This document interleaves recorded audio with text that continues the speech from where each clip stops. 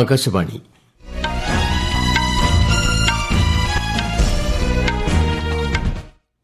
നമസ്കാരം. വാർത്തകൾ വായിക്കുന്നത് തുളസീദാസ് പരമേശ്വരൻ.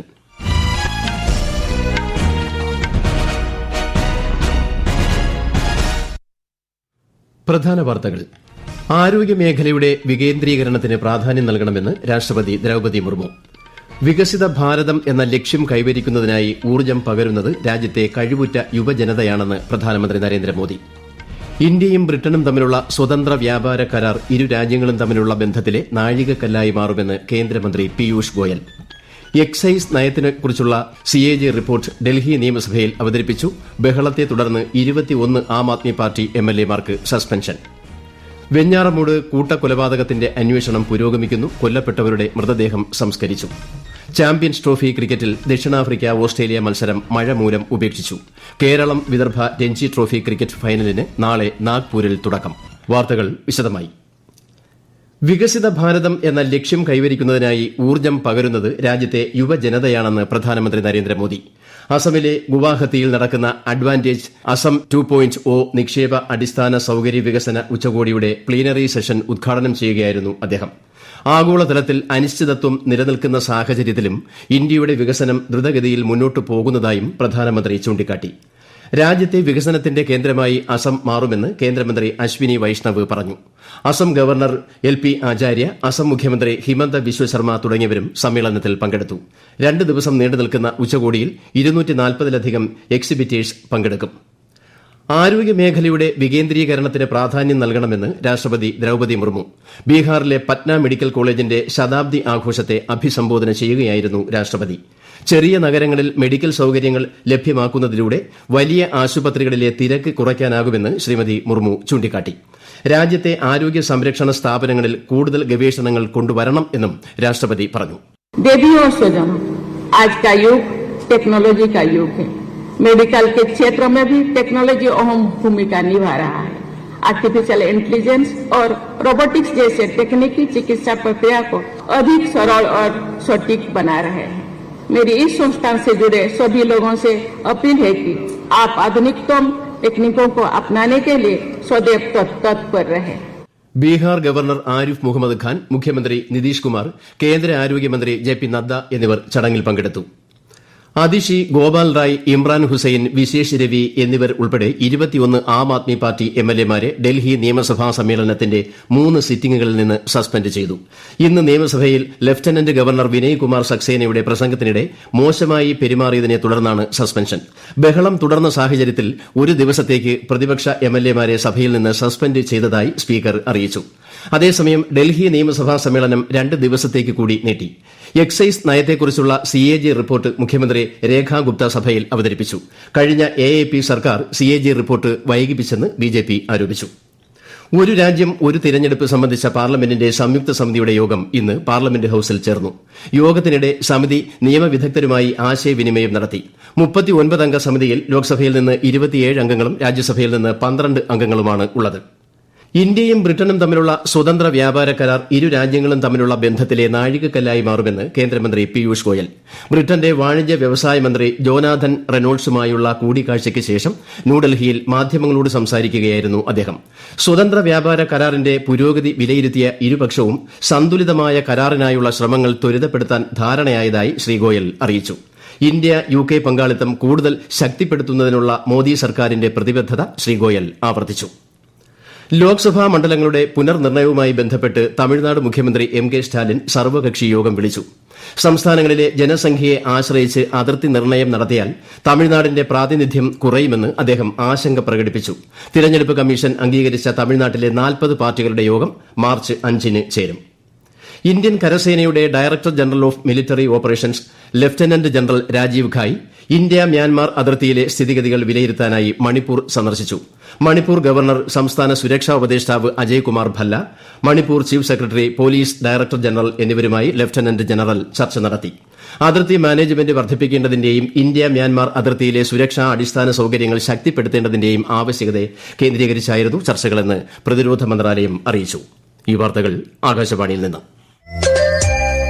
ആകാശവാണി വാർത്തകളും വാർത്താ അധിഷ്ഠിത പരിപാടികളും All India Radio News Thiruvananthapuram YouTube ചാനലിലും at All India Radio News Thiruvananthapuram Facebook പേജിലും AIR ന്യൂസ് _ ഇൻസ്റ്റഗ്രാം അക്കൌണ്ടിലും at AIR news _TVM X ഹാൻഡിലും ലഭ്യമാണ്.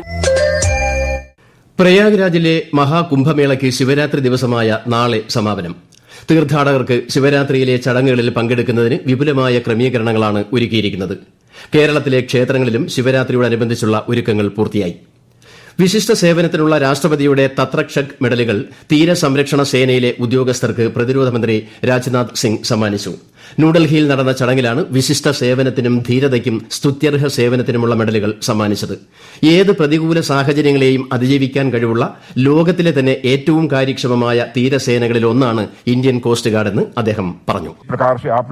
कठिन परिस्थितियों में रहते हुए भी अपनी कर्तव्य परायणता को सर्वोपरि रखते हैं, वह सचमुच अनुकरणीय है. मैंने देखा कि आप लोगों ने किस तरह डिस्टिंग्विश्ड सर्विस करते हुए coastal security, organisation, efficiency, international exercises, rescue operations और नशीले पदार्थों के कैप्चर में साहसिक कार्यों को आप सभी ने अंजाम दिया है. തീരസംരക്ഷണ സേനയുടെ കാര്യക്ഷമത വർദ്ധിപ്പിക്കാൻ കേന്ദ്ര സർക്കാർ പ്രതിജ്ഞാബദ്ധമാണെന്നും ഇതിനായി ബജറ്റിൽ 9,676 കോടി രൂപ അനുവദിച്ചിട്ടുണ്ടെന്നും ശ്രീ രാജ്നാഥ് സിംഗ് പറഞ്ഞു. ഭോപ്പാലിൽ സംഘടിപ്പിച്ച ആഗോള നിക്ഷേപക ഉച്ചകോടിയുടെ സമാപന ചടങ്ങിൽ കേന്ദ്ര ആഭ്യന്തരമന്ത്രി അമിത് ഷാ പങ്കെടുത്തു. 2047 ഇന്ത്യയെ വികസിത രാഷ്ട്രമാക്കാൻ നിക്ഷേപക ഉച്ചകോടി നിർണായക പങ്ക് വഹിക്കുമെന്ന് അദ്ദേഹം പറഞ്ഞു. നഗരങ്ങളുടെ ഭാവി ആവശ്യങ്ങൾ കണക്കിലെടുത്ത് വികസന നയങ്ങൾ രൂപീകരിക്കേണ്ടത് ഇന്ത്യയെ വികസിത രാഷ്ട്രമാക്കാൻ അനിവാര്യമാണെന്ന് കേന്ദ്രമന്ത്രി മനോഹർ ലാൽ ഖട്ടർ പറഞ്ഞു. ICC ചാമ്പ്യൻസ് ട്രോഫി ക്രിക്കറ്റിൽ റാവൽപിണ്ടിയിൽ ഇന്ന് നടക്കേണ്ടിയിരുന്ന ഓസ്ട്രേലിയ ദക്ഷിണാഫ്രിക്ക മത്സരം മഴ മൂലം ഉപേക്ഷിച്ചു. ഒരു പന്ത് പോലും എറിയാതെയാണ് മത്സരം ഉപേക്ഷിച്ചത്. ഇരു ടീമുകളും ഓരോ പോയിന്റ് വീതം പങ്കിടും. നാഗ്പൂരിൽ നാളെ ആരംഭിക്കുന്ന രഞ്ജി ട്രോഫി ക്രിക്കറ്റ് ഫൈനലിൽ കേരളം വിദർഭയുമായി ഏറ്റുമുട്ടും. രഞ്ജി ചരിത്രത്തിൽ ഇതാദ്യമായാണ് കേരളം ഫൈനലിൽ എത്തുന്നത്. വനിതാ പ്രീമിയർ ലീഗ് ക്രിക്കറ്റിൽ ഗുജറാത്ത് ജയിൻസിനെതിരെ ടോസ് നേടിയ ഡൽഹി ക്യാപിറ്റൽസ് ഫീൽഡിംഗ് തെരഞ്ഞെടുത്തു. ബംഗളൂരു ചിന്നസ്വാമി സ്റ്റേഡിയത്തിലാണ് മത്സരം. ISL ഫുട്ബോളിൽ ബംഗളൂരു FC ചെന്നൈയിൻ മത്സരം ആരംഭിച്ചു. ബംഗളൂരു ശ്രീകണ്ഠീരവ സ്റ്റേഡിയത്തിലാണ് മത്സരം. തിരുവനന്തപുരം വെഞ്ഞാറമൂട് കൂട്ടക്കൊലപാതകത്തിന്റെ അന്വേഷണം പ്രാരംഭഘട്ടത്തിലാണെന്നും 2 ദിവസത്തിനുള്ളിൽ നിഗമനത്തിൽ എത്താനാകുമെന്നാണ് പ്രതീക്ഷിക്കുന്നതെന്നും ദക്ഷിണ മേഖല IG ശ്യാം സുന്ദർ പറഞ്ഞു. ഇതുവരെ പ്രതിയെ ചോദ്യം ചെയ്യാൻ കഴിഞ്ഞിട്ടില്ല. ആരോഗ്യസ്ഥിതി വിലയിരുത്തിയ ശേഷം ഡോക്ടറുടെ നിർദ്ദേശപ്രകാരമായിരിക്കും വേണ്ട നടപടികൾ കൈക്കൊള്ളുകയെന്നും അദ്ദേഹം വ്യക്തമാക്കി. അഫാൻ മയക്കുമരുന്നിന് അടിമയാണോ എന്നും പരിശോധന നടത്തും. അതേസമയം കൊല്ലപ്പെട്ട 5 പേരുടെയും മൃതദേഹങ്ങൾ സംസ്കരിച്ചു. അഫ്സാൻ, ലത്തീഫ്, സൽമ ബീവി, ഷാഹിദ എന്നിവരുടെ മൃതദേഹങ്ങൾ താഴെ പാങ്ങോട് ജുമാ മസ്ജിദ് ഖബർസ്ഥാനിലും ഫർസാനയുടെ മൃതദേഹം ചിറയൻകീഴ് കാട്ടുമുറയ്ക്കൽ ജുമാ മസ്ജിദിലുമാണ് സംസ്കരിച്ചത്.